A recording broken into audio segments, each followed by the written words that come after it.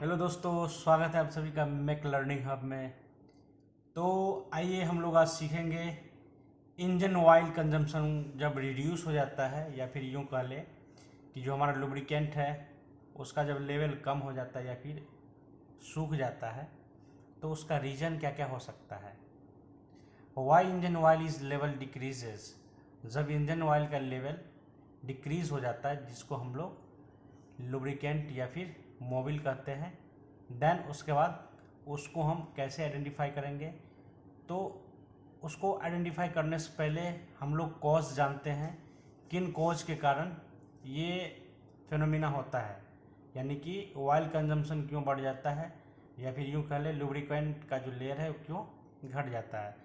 तो प्रॉब्लम क्या है, the engine oil level decreases frequently even after filling the correct amount of engine oil. यदि हम lubricant को प्रॉपर वे में फिल कर रहे हैं, फीड कर रहे हैं, आफ्टर डैट उसके बाद भी फ्रीक्वेंटली उसका लेवल डिक्रीजेज कर जा रहा है, तो किन किन कारणों से ऐसा हो सकता है।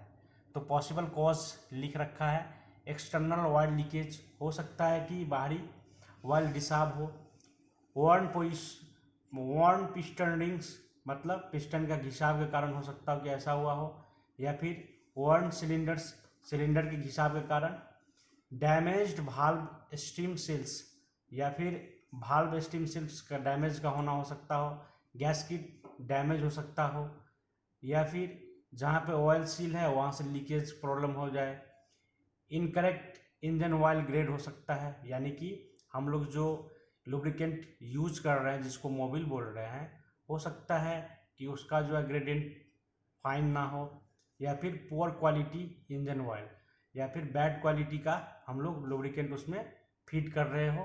तो ये जो भी लिखा हुआ है, ये तमाम कारण की वजह से आपका जो लुब्रिकेंट है या फिर यूँ कह लें मोबिल है, उसका लेयर कम होने की संभावना हो सकती है।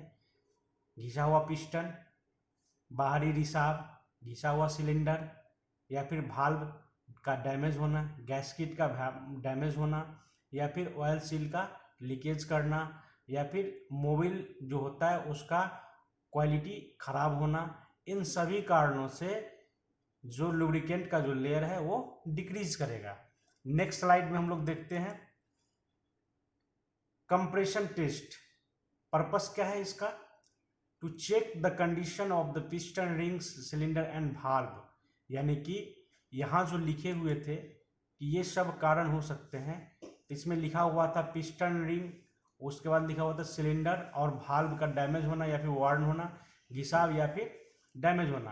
तो इनको पता करने के लिए हम लोग क्या करेंगे, सबसे पहले यहाँ पे कंप्रेशन टेस्ट करेंगे।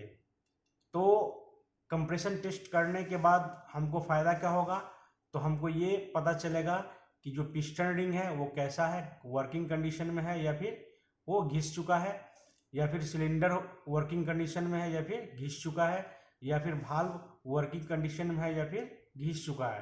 कहने का मतलब कंप्रेशन टेस्ट का पर्पस क्या होता है, तो कंडीशन ऑफ पिस्टन रिंग और सिलेंडर और भाल्व को चेक करना कि किस स्थिति में वो अभी मौजूद है। तो प्रोसीजर क्या है, सबसे पहले हम लोग स्पार्क प्लग को रिमूव करेंगे, उसके बाद कंप्रेशन गेज को यहाँ पे इंस्टॉल करेंगे, then crank the engine using the kick starter और सेल्फ। उसके बाद हम लोग या तो किक मार के या फिर स्टार्टर से या फिर सेल्फ लेकर के क्रैंक को हम लोग स्टार्ट करेंगे, यानी कि इंजन का जो क्रैंक होता है उसको घुमाने की कोशिश करेंगे। उसके बाद read the compression pressure on the gauge, उसके बाद जो हम यहाँ पे कंप्रेशन गेज लगाए हुए हैं उस कंप्रेशन गेज के थ्रू हम लोग कंप्रेशन प्रेशर का रीडिंग लेंगे कि कितना प्रेशर बन रहा है। इफ नॉर्मल प्रेशर यदि क्रिएट होगा, देन हम लोग समझेंगे ये जो पिस्टन रिंग था, सिलेंडर था एंड भाल्व था, it is working condition. After that यदि ऐसा नहीं होगा, देन हम लोग बोलेंगे कि हो सकता है कि पिस्टन रिंग उसका घिस चुका हो, वर्न हो चुका हो, या फिर सिलेंडर या फिर भाल्व। ओके, तो यहाँ लिखा हुआ रिजल्ट क्या मिलेगा हमको, नॉर्मल कंप्रेशन। यदि हमारा यहाँ से प्रेशर का रीडिंग यानी कि नॉर्मल आया, देन बोलेंगे ये जो तीनों है पिस्टन रिंग या फिर सिलेंडर या फिर valve are in good condition. कहने का मतलब उसको चेंज करने की आवश्यकता नहीं है। इफ यदि कंप्रेशन टेस्ट के बाद उसका जो प्रेशर है वो लो प्रेशर क्रिएट किया, देन हम लोग पिस्टन रिंग, सिलेंडर और वाल्व मे बी वर्न और डैमेज्ड। हो सकता है कि इन तीनों में से कुछ डैमेज हो गया हो या फिर तीनों डैमेज हो गया हो, तो ये हम लोग टेस्ट करके पता कर सकते हैं। अब इससे हमको सॉल्यूशन क्या मिला, रिप्लेस वर्न पिस्टन रिंग, यदि पिस्टन रिंग घिसा हुआ है देन उसको हम लोग रिप्लेस करेंगे। रिवोर और रिप्लेस द सिलेंडर इफ वर्न, यदि हमारा सिलेंडर घिसा हुआ है देन उसको दोबारा रिबोरिंग करेंगे, उसको रिप्लेस करेंगे। रिपेयर और रिप्लेस डैमेज भाल्व, यदि भाल्व डैमेज है देन उसको हम लोग रिप्लेस करेंगे। What is the purpose of compression test, compression test करने का पर्पस यही हुआ कि यदि हम लोग प्रेशर चेक किए प्रेशर गेज के साथ और उसके बाद नॉर्मल कंप्रेसर उसका प्रेशर बनाया, देन बोलेंगे it is good condition. But यदि लो प्रेशर क्रिएट किया देन हम लोग ये तीनों को रिप्लेस कर सकते हैं। तो कंप्रेशन टेस्ट से हमको ये पता चलेगा कि कौन सा पार्ट इसका डिस्ट्रॉय हो गया या फिर वर्न हो गया या फिर डैमेज हो गया है। ओके, अब नेक्स्ट स्लाइड में देखते हैं हम लोग ऑयल लीक टेस्ट। अब ऑयल लीक टेस्ट का पर्पस क्या है, तो to identify external engine oil leakage, यदि बाहर से कहीं से रिसाव हो रहा है तो उसको आइडेंटिफाई करने के लिए हम लोग ऑयल लीक टेस्ट करते हैं। इसका प्रोसीजर क्या है, inspect the engine carefully, carefully हमको क्या करना है, इंजन को चेक करना है, जांच पड़ताल करना है। और कहाँ कहाँ हमको चेक करना है, ऑयल सील के अराउंड हम देखेंगे, गैसकिट के अराउंड हम लोग देखेंगे, ड्रेन बोल्ट के अराउंड देखेंगे, उसके बाद इंजन कवर्ड के अराउंड देखेंगे। इन सभी जो भी नेम्स यहाँ पे लिखे हुए हैं इन सभी के अराउंड हम लोग को केयरफुली देखना है। अब रिजल्ट में क्या होगा, ऑयल इज लीकिंग एक्सटर्नली। अब जो हमारा ऑयल लीकेज करेगा एक्सटर्नली वो यहाँ से हमको दिख सकता है, या हो सकता है ऑयल सील के पास हो, गैस किट से हो, ड्रेन बोल्ट से हो, इंजन कवर से हो, कहीं से भी दिख रहा है उसको हम लोग आइडेंटिफाई करेंगे। सॉल्यूशन, अब यहाँ से आइडेंटिफाई करने के बाद होगा क्या, then replace the damage oil seal, यदि ऑयल सील के पास से लीकेज है तो ऑयल सील को हम लोग क्या करेंगे, रिप्लेस करेंगे। यदि गैस किट से यदि ऑयल लीकेज कर रहा है देन गैस किट को हम लोग क्या करेंगे, रिप्लेस करेंगे।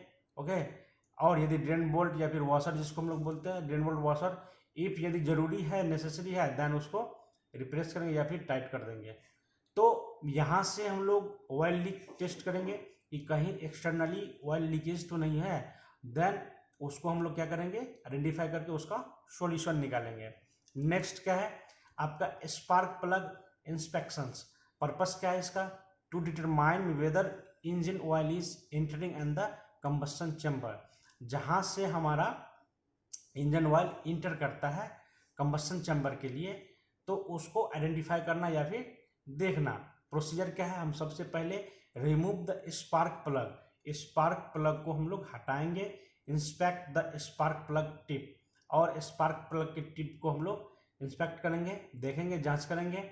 रिजल्ट क्या है इसका, परिणाम क्या होगा, dry tight brown plug engine is operating normally, oily spark plug engine oil is entering the combustion chamber. अब यहाँ से क्या होगा, यदि गर्म हो रहा है या फिर घिस गया है या फिर उसको हमको पिस्टन रिंग को रिप्लेस करना है। उसके बाद क्या होगा, यदि भाल्व स्टीम सील डैमेज है देन उसको हम लोग रिप्लेस कर सकते हैं। तो स्पार्क प्लग इंस्पेक्शन से क्या होगा, तो यदि हमारा प्लग ओके घिस चुका है पिस्टन रिंग के पास देन उसको हम लोग रिप्लेस करेंगे, और या फिर भाल्व स्टीम सील डैमेज है देन उसको हम लोग क्या करेंगे, रिप्लेस करेंगे। नेक्स्ट क्या है आपका, engine internal inspections engine overall, purpose to inspect the internal engine components when the exact fault can not be identified externally.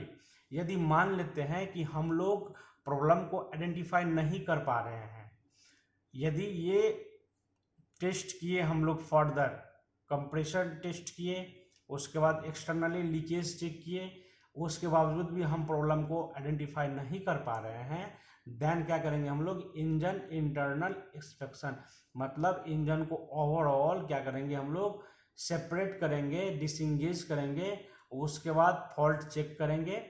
यदि इजीली नहीं चेक हो तब, ये लास्ट प्रोसेस है, जब हमको इससे पहले फर्दर पता ना चले कॉज, देन हम लोग क्या करेंगे, इंजन को डिसेंबल करेंगे, पूरा अलग करेंगे, उसके बाद हम लोग बारी बारी से चेक करेंगे, इंस्पेक्ट करेंगे।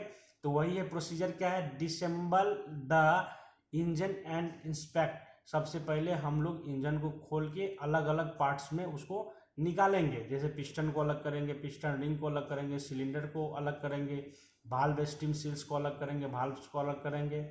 उसके बाद इस सारे को डायग्नोसिस करेंगे, बारी बारी से चेक करेंगे, और जो वर्ड या फिर डैमेज है, जो घिसा हुआ या फिर खराब पार्ट्स है, उसको हम लोग आइडेंटिफाइड करेंगे। आइडेंटिफाइड करने के बाद हम उसको रिप्लेस करेंगे। मान लो एग्जांपल के लिए पिस्टन रिंग घिस गया है, देन उसको रिप्लेस कर देंगे, हटा देंगे, दूसरा लगाएंगे।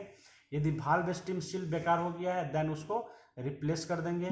या फिर सिलेंडर यदि रिबोर करना है या फिर रिप्लेस करना है, उसको कंडीशन देखने का पता चल जाता है, देन उसको हम लोग रिप्लेस कर सकते हैं। यदि पिस्टन डैमेज हो गया है, देन उसको भी हम लोग रिप्लेस कर सकते हैं। तो ये लास्ट प्रोसीजर है, जब आपको आइडेंटिफाई करने नहीं आ रहा है, आप नहीं चेक कर पा रहे हो कि कौन सा पार्ट डैमेज है, देन आफ्टर दैट आप लोग ये तरीका आजमा सकते हो। डिसेंबल करके बारी बारी से हम चेक करेंगे पार्ट्स को, जो भी बेकार होगा, घिसा हुआ होगा, डैमेज होगा, उसको हम लोग रिप्लेस कर देंगे। नेक्स्ट टाइप का डायग्नोसिस फ्लो चार्ट, हम लोग डायग्नोसिस कैसे करेंगे। तो यहाँ देखिए, सबसे पहले problem engine oil level decreases. यहाँ पे किस चीज़ का डायग्नोसिस कर रहे हैं हम लोग, तो जो हमारा लुब्रिकेंट है उसका लेवल डिक्रीज, कम क्यों हो जाता है, यानी कि मोबिल का जो लेवल है वो कम क्यों हो जाता है, उस प्रॉब्लम को डायग्नोसिस करने के लिए फ्लो चार्ट बनाया गया है। सबसे पहले हम लोग क्या करेंगे, check for external oil leakage. यदि कहीं पे एक्सटर्नल लीकेज है उसको चेक करेंगे, लीक को फाइंड आउट करेंगे, लीकेज कहाँ से हो रहा है उसको हम लोग निकालेंगे, देखेंगे। उसके बाद क्या करेंगे, रिप्लेस ऑयल सील। अब कहाँ पे गड़बड़ी था, कहाँ से लीकेज था, उसको हम लोग रिप्लेस करेंगे, हटाएंगे और नया लगाएंगे। जैसे ऑयल सील यदि बेकार है तो उसको रिप्लेस कर देंगे, गैसकेट बेकार है उसको रिप्लेस करेंगे, रन बोल्ट वॉशर यदि खराब है उसको लीकेज कर देंगे।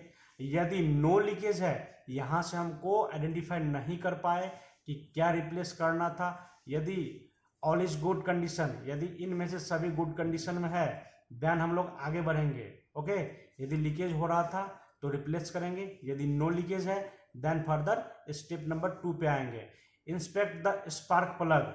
अब हम लोग क्या करेंगे, स्पार्क प्लग को चेक करेंगे, oil spark plug, oily spark plug, replace piston ring और वाल्व स्टेम सील्स।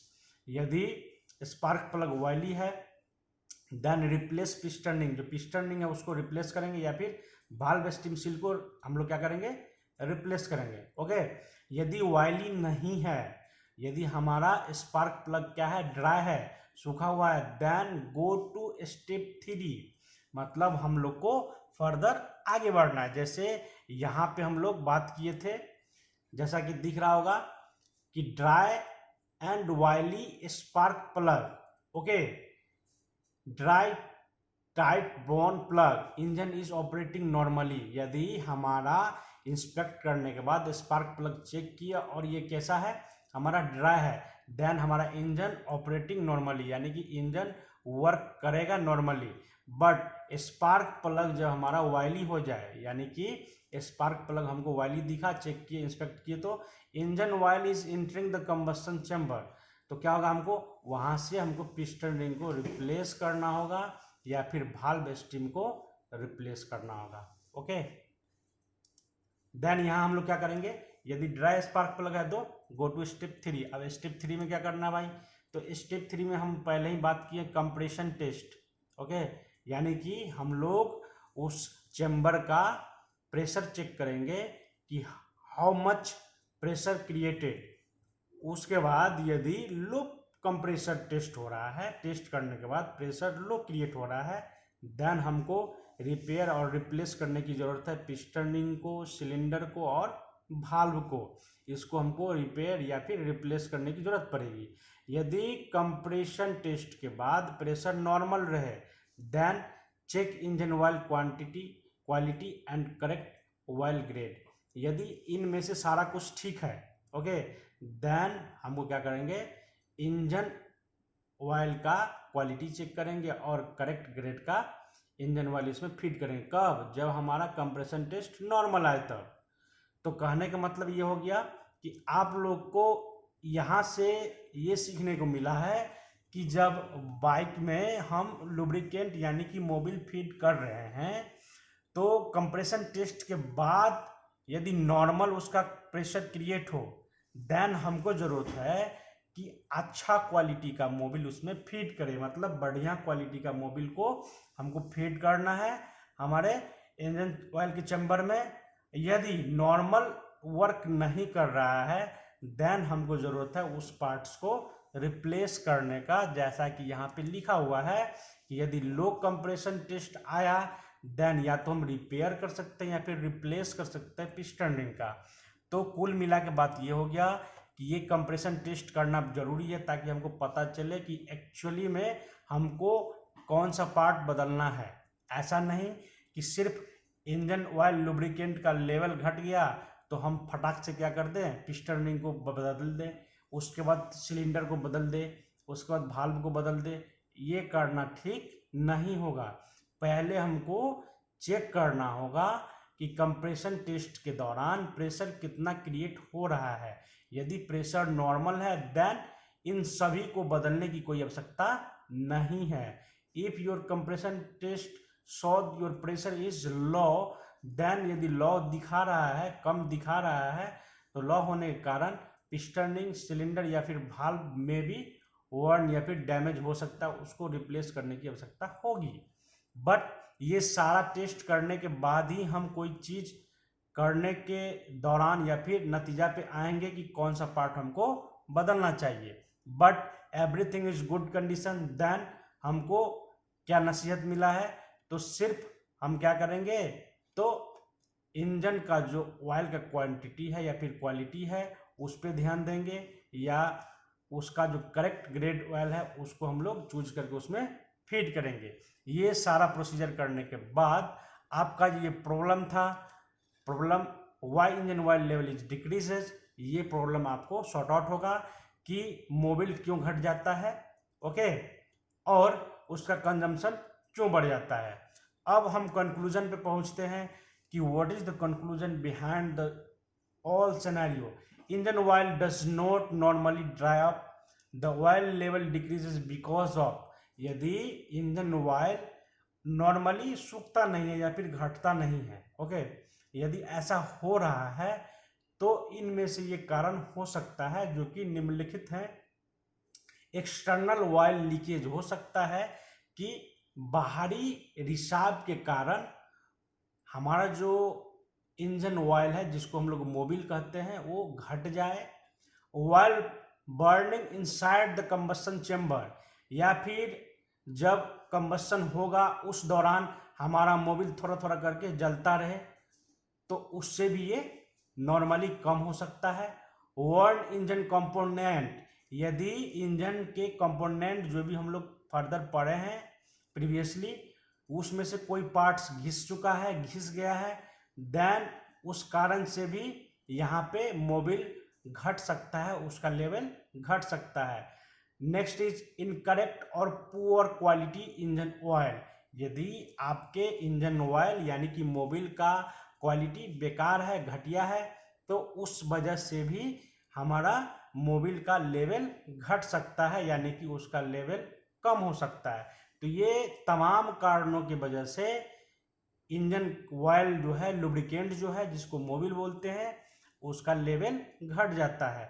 तो हम लोग को क्या करना है, always diagnose the problem before replacing any parts, यानी कि कोई भी पार्ट्स को बदलने से पहले हमको डायग्नोसिस करना जरूरी है, प्रॉब्लम को फाइंड आउट करना जरूरी है कि कौन सा पार्ट खराब है, उसके बाद ही हम उसको रिप्लेस करेंगे।